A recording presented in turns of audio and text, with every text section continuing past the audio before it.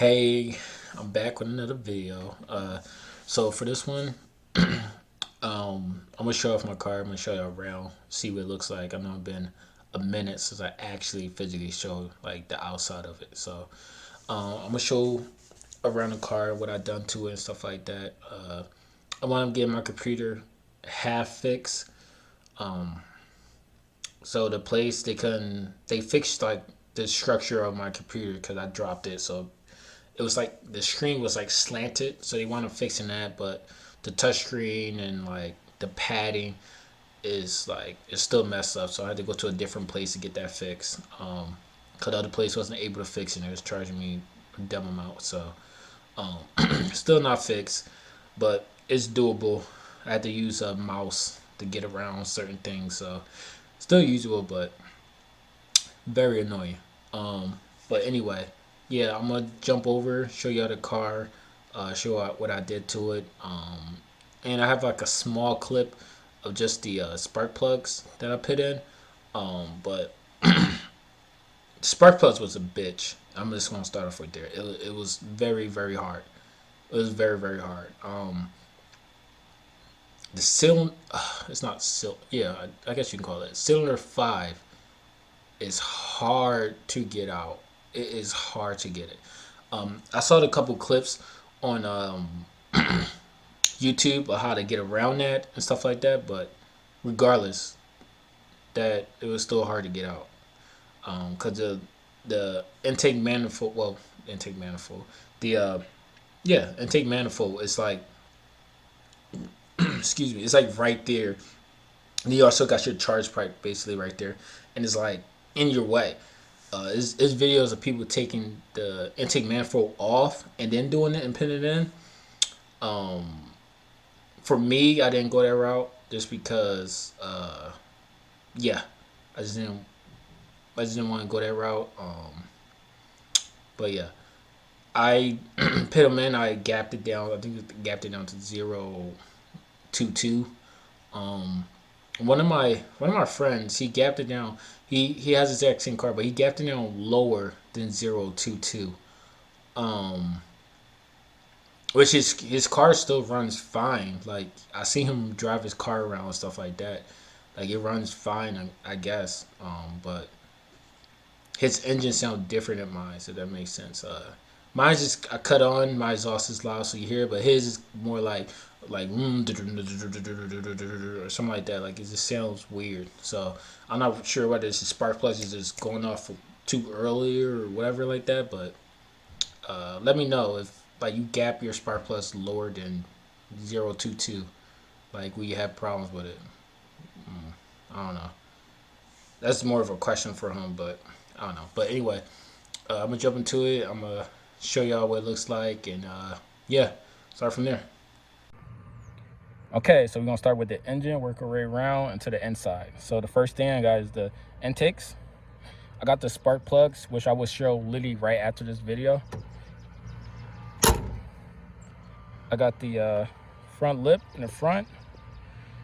Also, the sun visors that's on the top.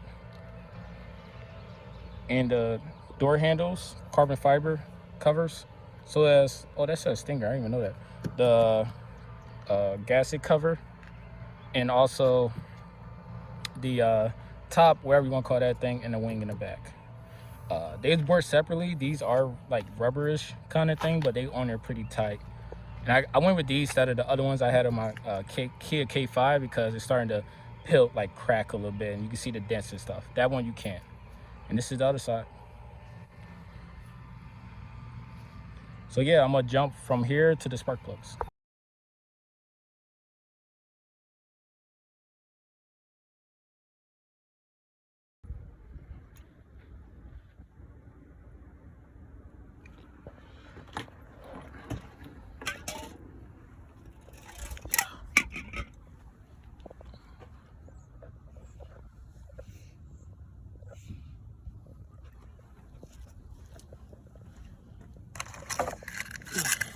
Here's the ones. Okay, so everything you've seen, I have a. I'm gonna drop all the links in the in my description from Amazon and everything that I have got it from and stuff like that. Um, but so far I haven't nothing wrong with it. I went with if you seen like looking at the like my the I'm like rambling right now.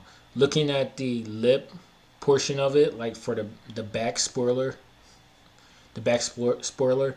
I went with that rubber piece and the one that's on top of the window. I went with those two. They was separate, but I went with those two just because the one I had on the K5, it was like a solid like it's like a solid piece. It wasn't rubber. It's like a solid like car piece, plastic, and it was fine. But as you look at it, you can see scratches. You can start to see pieces of it chipping off. And I had one piece where it's like a when I came back from deployment, it's like a little like tiny hole on certain parts of it. And like for me, like knowing that I like had my car clean, no problems, no dents, no nothing. I looked at it and saw it, and the first thing I'm like no, like that, no, that gotta go, like no, um, and yeah. So I was like, yeah, they gotta go. But this one is rubber. Um, it, if it rains, snow, or something hit it, I doubt it's gonna make those big imprints on it. But so far they stay on there pretty good. I haven't had any problems with it. I mean, I drive from here all the way home when I was on leave, and it was like a 13-hour drive with that car, and it was perfectly fine with everything on it. So, um, so yeah. But I am doing more to it. I do have. I'm looking into a JB4. I'm looking because I know some people say lap 3 is better, but I don't want to get underneath the car and honestly do all that. I think I think just to piggyback JB4 is for me is fine right now.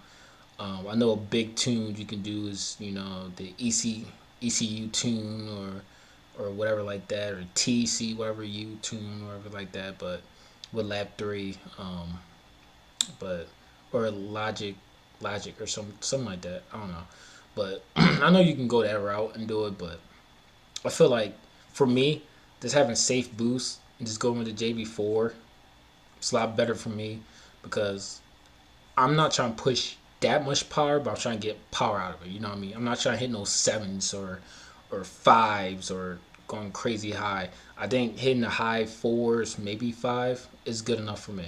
Like that's good enough for me. I'm not with the K5. I boosted up so much, and looking back at it, I didn't really get into that many races with it. Driving on the road is like a lot of people that want to test me, like mostly Chargers, um, and it must have been the V6s. I never really.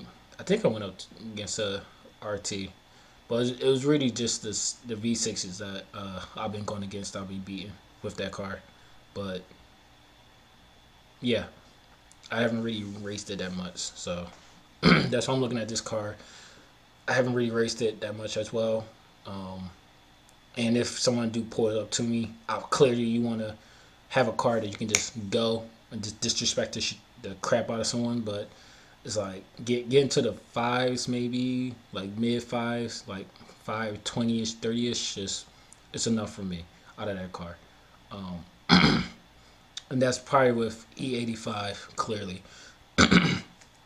Then I'm gonna get on the car, but that's far down the line. Like that's nothing that I'm getting now and then. Now that's far down the line. Um, for right now, I'm getting a JB4. I got the intercooler that I'm getting for it. I'm going with Berger Motorsport. I've seen better ones out there. They give you like the charge pipe. They give you the like a lot of other pieces. It also hooks up. I think one of them was like it goes like change up the I think the blow off valve or something like that. I believe it changed up the blow off valve like stuff for it. But uh, I might just go just with the Berger Motorsport. I think that's more easier because it's just a plug and play.